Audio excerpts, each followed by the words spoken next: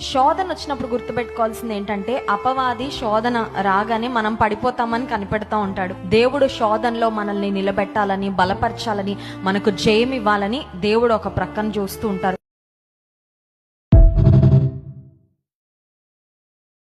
నీతోటి గొప్ప కార్యాలు చేయిస్తాడు దేవుడు. ఆలస్యమైందంటే వారి పట్ల అద్భుతాలు చేయడానికి ఆశ కలిగిన వాడు. దేవుని ప్రణాళికలు చాలా గొప్పవండి. మన లోకరీతైన ఆలోచనలకు రావద్దు. నా పక్కవాడు నాకంటే వెళ్ళిపోతున్నాడే ముందుకని దిగులు పడద్దు.